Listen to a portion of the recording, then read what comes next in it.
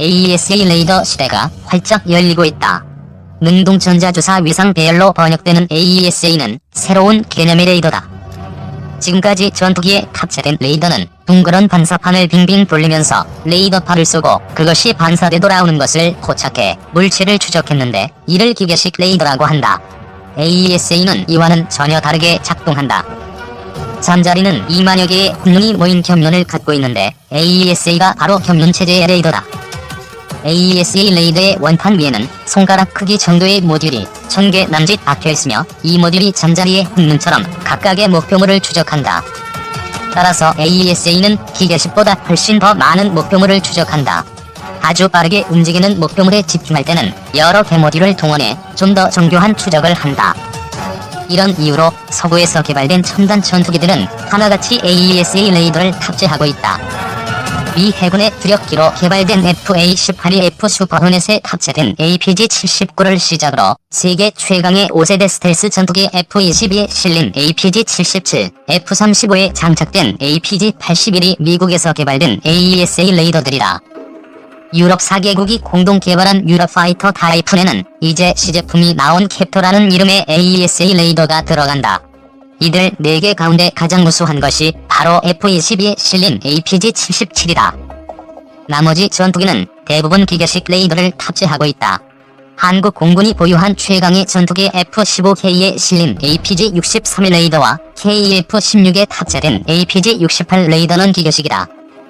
프랑스가 개발한 라팔의 RB2도 아직은 완전한 AESA 레이더로 한정받지 못했다. 한국은 언제쯤 AESA 레이더를 탑재한 전투기를 보유할 것인가? 이 문제에 대해 공군과 방위사업청이 뜻밖의 도박을 펼쳤다. T-50을 토대로 만들려고 하는 공격기 FA-50에 AESA 레이더를 탑재하겠다고 한 것. 그러나 이 도박은 성공 가능성이 낮아 관계자들을 안타깝게 하고 있다. 셀렉스사가 제작하기로 한 빕센-502 레이더.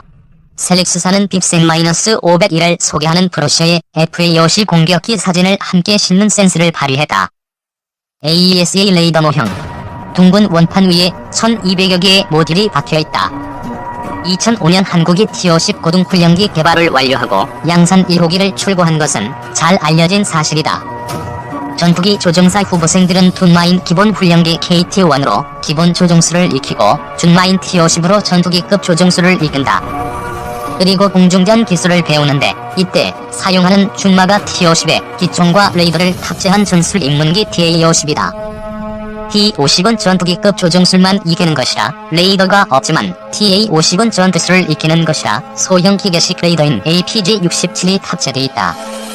이 훈련을 마친 뒤 후보생들은 실력에 따라 F-15K, KF-16, F-4, F-5 전투기와 A-37 공격기의 정식 조종사로 임명된다.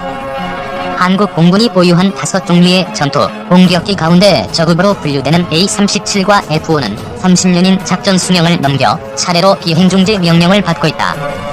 공군은 하루빨리 이 전투기가 하던 일을 수행할 후속 기종을 결정해야 하는 처지다. TA-50은 최근 개발한 것이라 A-37은 물론 F-5보다 비행 능력이 뛰어나다. 이 점에 착안한 공군과 방사청은 TA-50을 외부 연료 탱크와 미사일, 투하폭탄을 탑재할 수 있게 개조해 공격기 FA-50을 개발하기로 했다.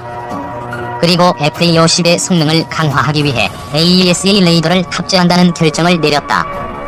선진국들은 대형 전투기에 들어가는 AESA 레이더부터 개발해왔으므로 FA-50에 실을 만큼 작은 AESA 레이더는 아직 나오지 않았다.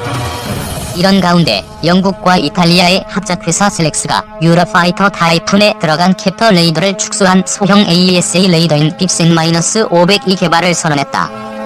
이에 공군과 방사청은 빕센-501이라면 FA-50에 탑재할 수 있을 것이라 판단했다.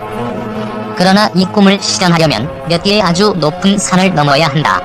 주지하다시피 T-50은 미국 기술을 토대로 만들어졌다. 개발 초기 한미 양국은 T-50의 성능은 KF-16과 같거나 그 이하로 한다는 약속을 했다. 소형이지만 빅센-502의 성능은 KF-16에 탑재한 기계식 APG-68 레이더를 근소하게 앞설 가능성이 있다. 두 나라는 T-50 계열에는 양국이 갖지 못한 기술에 한해서만 제3국 기술을 도입한다는 약속도 했다. 미국은 TA-50에 미국제 기계식 레이더인 APG-67을 실었으니 FA-50에도 이 레이더를 쓰라고 주장한다. 반면 한국은 FA-50에는 소형 AESA 레이더를 실어야 하는데 미국엔 이러한 레이더가 없으니 셀렉스4 레이더를 싣겠다며 맞서고 있다. 세 번째는 미국 정부의 승인 여부다. T-50 개발 계약 시 한국은 한국이 미국산 부품을 넣은 T-50을 제작해 제3국에 판매하려면 한국은 사전에 미국 정부의 승인을 받는다는 약속을 했다. 그런데 FA-50 사업은 미국산 부품에 유럽제 부품을 결합해 한국에서 사용할 공격기를 만들겠다는 것이니 이 약속과는 배치되는 측면이 있다. 지난해 12월 FA-50 사업의 추진을 결정한 공군과 방사청은 미국 정부의 셀렉스4 레이더 사용에 동의해달라고 요청했다. 전례 없는 요청을 받은 미국은 고민을 거듭하다 이런 문제에 대해서는 처리 기준이 마련돼 있지 않다며 서류를 반려했다. 교묘한 수사로 거부 뜻을 밝힌 것. 미 정부의 승인 없이 셀렉스4 레이더 탑재를 결정하면 한국은 미국으로부터 T-50 제작 자체가 불가능할 정도로 강력한 제재를 받을 수 있다. 이미 A-37과 F-5는 비행 중지에 들어가 공군과 방사청은 8월 60대의 FA-50을 개발 양산하는 사업을 시작해야 할 처지다.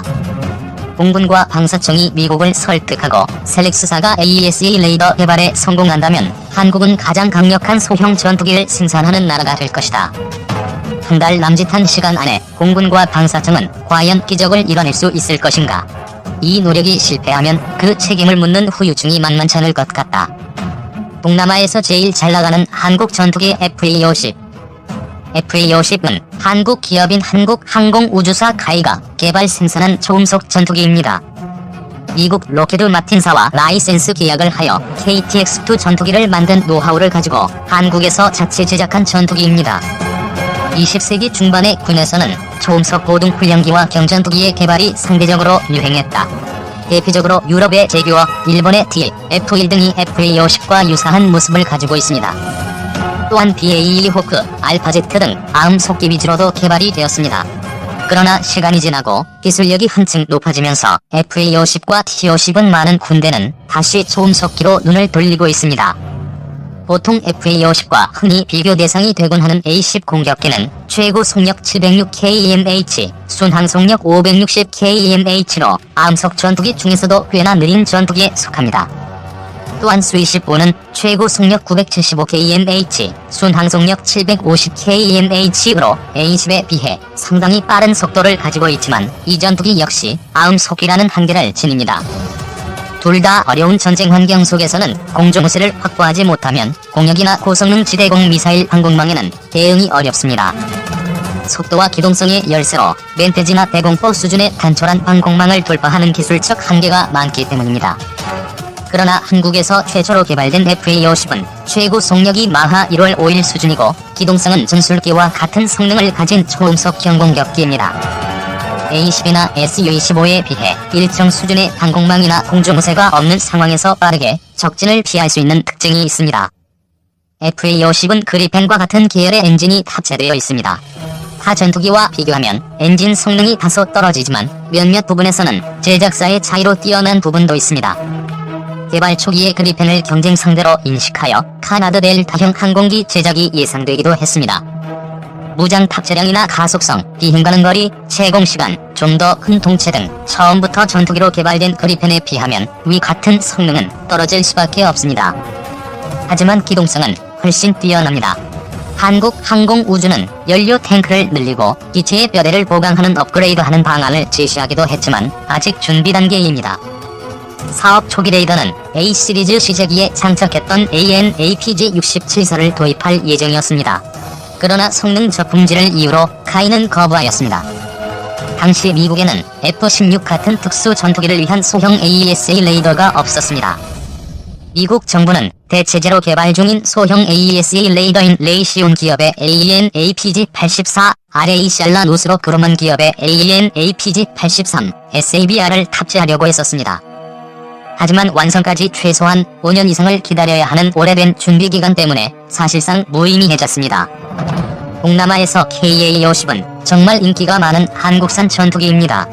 한국항공우주산업은 말레이시아 랑카위에서 열리는 국제해양항공전 2019에 참가해서 동남아시아 국가들을 대상으로 KA-50에 대한 대대적인 홍보를 했습니다. 수십 회를 거듭해서 진행한 LIMA는 동남아 국가를 중심으로 30개 이상의 국가 500개 이상의 업체가 참가하는 국제항공, 해양 분야방산 전시회입니다. 한국항공우주는 이번 전시회에 FA-50 전투기, 수리온 기동헬기, KT-1 훈련기를 전시회에 내보냈습니다. 한국항공우주의 김조원 사장은 전시회 현장에서 말레이시아 총리에게 미팅을 요청하고 국방총사령관, 공군사령관 등 말레이시아 주요 의사결정권자들과 면담을 통해 수출에 대한 사업을 직접 수행했습니다. FA-50은 이미 인도네시아, 필리핀, 태국 등의 60대 이상이 수출된 기종으로 현재 30대 이상 규모의 고등훈련기 및 경전투기 획득 사업을 추진 중인 말레이시아 군대도 큰 관심을 보이고 실제로 계약의 이야기까지 나왔습니다. 한국항공우주는 올해 초 말레이시아에 FA-50 제안서를 제출했습니다. 또한 다른 나라의 전투기인 JF-17, 테자스, M346, Y130과 경쟁하는 상황입니다. 인도네시아와 태국도 FA-50과 KT-1 등 한국에서 만든 항공기의 추가 도입을 계획하고 있어서 군 고위급 간의 면담을 진행 중이고 수출 가능성이 높을 것입니다. KA-50의 인기는 동남아에서 뜨겁지만 동남아를 비롯해서 중남미나 아프리카, 유럽에 적극적으로 수출할 것을 한국항공우주에서는 계획하고 있습니다. 다목적 운용이 가능하도록 최대한 추가적으로 성능을 개선해 한국 항공기의 경쟁 우위를 만들려고 노력 중인 것 같습니다. 잠자리 눈을 닮은 한국형 AESA 레이더, 동시에 20개 표적을 잡는다. 주먹질만 잘 한다고 유능한 전사가 되는 것은 아니다. 돌주먹을 갖고 있어도 장님이라면 링에 오를 수 없다. 전투기도 마찬가지다. 기총과 미사일, 폭탄을 주렁주렁 탑재하고 있어도 앞을 보지 못한다면 그 전투기는 그저 그런 무장을 단 적기에 밥이 되고 만다. 훌륭한 전투기는 좋은 무장과 함께 적을 먼저 찾아내는 슈퍼아이도 갖고 있어야 한다. 슈퍼아이는 성능 좋은 레이더를 뜻한다. 전투기의 심장인 엔진은 자동차에서 쓰는 것과 같은 왕복 엔진에서 시작됐다가 터보프로 거쳐 지금은